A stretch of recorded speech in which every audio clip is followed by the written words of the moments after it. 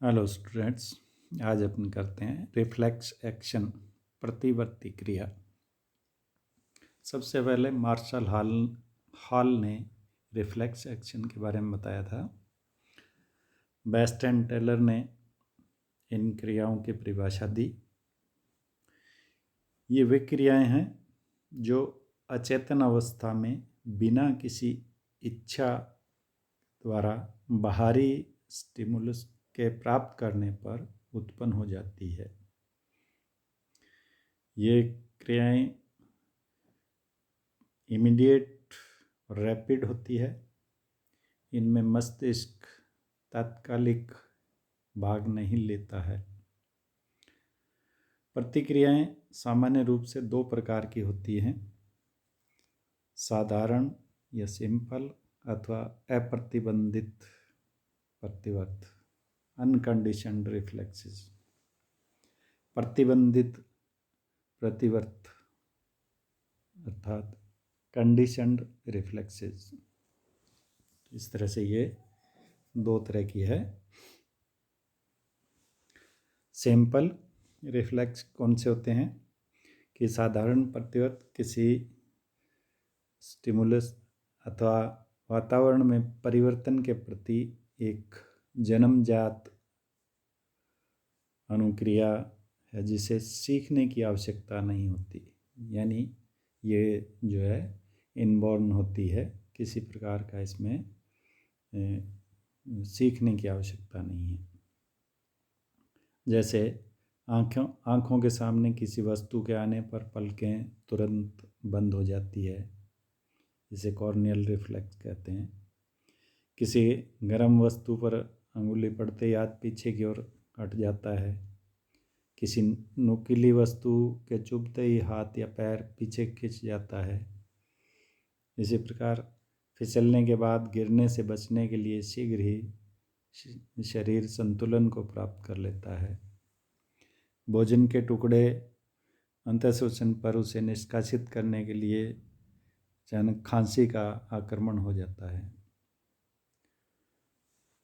Stomach और intestine में movement, blood vessels के डायमीटर में परिवर्तन, तो ये सारी जो क्रियाएं हैं सिंपल रिफ्लेक्स यानी साधारण यानी अप्रतिबंधित प्रतिवर्त यानी अनकंडीशनड रिफ्लेक्स के एग्जाम्पल हैं। दूसरा आता है कंडीशनड रिफ्लेक्स या प्रतिबंधित प्रतिवर्त। प्रतिबंधित प्रतिवर्त साधारण प्रतिवर्त के विपरीत जन्मजात न होकर एक्वायर्ड उपार्जित होते हैं तथा वे पूर्वानुभव, प्रशिक्षण तथा सीखने पर निर्भर करते हैं। प्रतिबंधित प्रतिवर्त को सर्वप्रथम रूसी वैज्ञानिक इवान पेट्रोविच पावलोव ने प्रदर्शित किया। उन्होंने दिखाया कि प्रतिबंधित प्रतिवर्त प्रायोगिक रूप से असाधारण सीमा तक विकसित किए जा सकते हैं। पावलोव ने कुत्ते में प्रयोग द्वारा इस प्रकार के क्रियाओं को प्रदर्शित किया। सामान्य कुत्ते में लार का सीक्रेशन खाद्य द्वारा जीभ पर स्थित ग्रंथियों के उद्दीपन से होता है। यह सामान्य अप्रतिबंधित क्रिया है। पावलोव ने कुत्ते को खाना देते समय घंटी बजाना शुरू किया। जनरली ये होता है कि जब कोई भोजन दिया जाता है तो लार का सीक्रेशन, भोजन जैसे मुंह में जाता है लार का सीक्रेशन हो जाता है। पावलोव ने इसके साथ क्या किया कि कुत्ते को खाना देते समय घंटी बजाना शुरू कर दिया। कुछ समय बाद उसने देखा कि खाना न दिए जाने पर भी घंटी की आवाज़ सुनकर कुत्तों के मुंह में लार आने लगती है। इस प्रकार किसी क्रिया के बार बार होने से जंतु को अनुभव हो जाता है। उस पर आधारित आचरण को ज्ञान आचरण यानी लर्न्ड बिहेवियर कहते हैं। वह प्रतिवर्ती क्रियाओं को प्रतिबंधित प्रतिवर्ती क्रियाएं कहते हैं, यानी कंडीशन रिफ्लेक्स की इसमें कंडीशन है कि किसी चीज़, अब जैसे घंटी बजाना, तो घंटी बजते ही कुत्तों को एहसास हो जाता है कि खाना मिलेगा, और खाने का उनके दिमाग में आते ही उनके लार का सिक्रीशन चालू हो जाता है। तो इस तरह की जो क्रियाएं हैं वो कहलाती है कंडीशन रिफ्लेक्सेस। नाचना, गाना बजाना, साइकिल चलाना आदि क्रियाएं प्रतिबंधित प्रतिक्रियाएं हैं। रिफ्लेक्स सेंटर मस्तिष्क के मेडुला ऑब्लिंगेटा में स्थित reflex centre for breathing, reflex centre for heart rate के अलावा मेडुला में स्थित वैसोडाइलेशन, वैसोकंस्ट्रिक्शन, वॉमिटिंग, कफिंग, स्नीजिंग तथा स्वेलोइंग के लिए उत्तरदायी होते हैं। Coordinating properties of the reflex arc. उच्चतर प्राणियों के प्रतिवर्त क्रियाओं में केवल एक प्रतिवर्त चाप न होकर अनेक चाप सम्मिलित होते हैं। उदाहरण के लिए, यदि किसी व्यक्ति की अंगुली आकस्मिक जल जाती है तो वह साधारण प्रतिवर्त के फलस्वरूप न केवल अपने हाथ को पीछे की ओर खींच लेगा, इसके अलावा वह कई अन्य प्रकार की प्रतिक्रियाएं भी व्यक्त करता है। जैसे कि वह जिधर से खतरा होता है उसकी ओर देखने लगेगा, चिल्लाने लगेगा, भय और तनाव की कई प्रकार की प्रतिक्रियाएं जो है वो प्रदर्शित करेगा। तो संपूर्ण प्रतिक्रिया में भुजा, कंधे, गर्दन, सिर, धड़, जिह्वा, स्वरयंत्र, शुष्नि प्रदेश अनेक पेशियां भाग लेती है।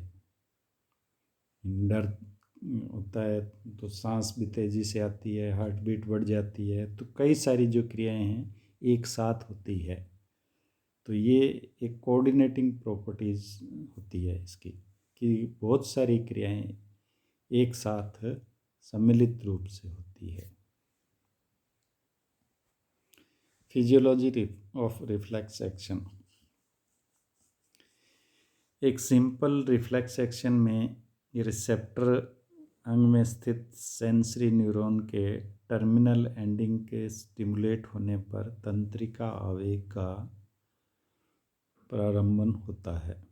यह आवेग एफरेंट अथवा सेंसरी न्यूरॉन में संचारित होकर इसके एक्सोन की टर्मिनल ब्रांच तक पहुंचता है, जो कनेक्टर न्यूरॉन के डेंड्राइट के साथ सिनेप्स बनाती है। तंत्रिका आवेग स्पाइनल कॉर्ड में इस कनेक्टर न्यूरॉन की लंबाई में होता हुआ इसके एक्सोन एंडिंग तक पहुंचता है, जो मोटर न्यूरॉन के डेंड्राइट्स के साथ एक अन्य सिनेप्स बनाता है। इस सिनेप्स पर इफरेंट अथवा मोटर न्यूरॉन में आवेग का प्रारंभ हो जाता है। मोटर न्यूरॉन की टर्मिनल एक्सोन ब्रांचेज प्रभावी अंग में समाप्त होती है। आगामी तंत्रिका आवेग के फलस्वरूप प्रभावी अंग द्वारा उत्पन्न की जाने वाली अनुक्रिया अथवा प्रतिवर्त क्रिया संबंधित प्रभावी अंग के अनुसार पेशी संकोचन या ग्लैंडुलर सीक्रेशन के रूप में होती है। तो इस तरह से जो रिफ्लेक्स एक्शन जो होता है वो इन दो प्रकार के जो न्यूरॉन होते हैं, सेंसरी न्यूरॉन और मोटर न्यूरॉन, और इन दोनों को कनेक्ट करने वाला जो न्यूरॉन है वो कनेक्टर न्यूरॉन कहलाता है। तो ये इनके द्वारा इसके रिफ्लेक्स एक्शन की संपूर्ण क्रिया होती है, जिसको अपने इसे डायग्राम के द्वारा दिखाया गया है कि डायग्राम के अंदर एक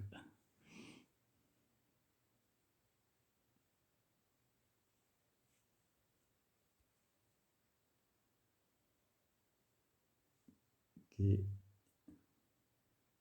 ये जो एरिया बताया गया है कि कोई भी एक्टिविटीज़, कोई किसी तरह का जो स्टिमुलाई यहाँ से होती है तो ये सेंसरी न्यूरॉन के द्वारा इस तरह से पहुँचती है। यहाँ पर ये जो बताया गया है कनेक्टर न्यूरॉन, कनेक्टर न्यूरॉन, इसको ये जो है ये मोटर न्यूरॉन, ये सेंसरी न्यूरॉन, ये मोटर न्यूरॉन, और बीच में इनके कनेक्टर न्यूरॉन है। तो मोटर जो न्यूरॉन है, कोई भी जो स्टिमुलाई होती है वो सेंसरी न्यूरॉन के द्वारा कनेक्टर न्यूरॉन तक, कनेक्टर न्यूरॉन से ये मोटर न्यूरॉन तक पहुंचती है, और मोटर न्यूरॉन इसको संबंधित जैसे मसल्स में ले गया तो मसल्स की एक्टिविटीज़ होगी, या ग्लैंड्स तक पहुंचाएगा तो हार्मोन का सिक्रीशन होगा। तो जो जैसी क्रिया होती है उसके अनुसार उसमें एक्टिविटीज़ होती है। तो इस तरह से इसमें ये रिफ्लेक्स एक्शन दिखाया गया है डायग्राम के द्वारा पूरा। तो ये रिफ्लेक्स एक्शन की पूरी क्रिया बताई गई है। तो इसमें आज के लिए इतना ही। Thank you.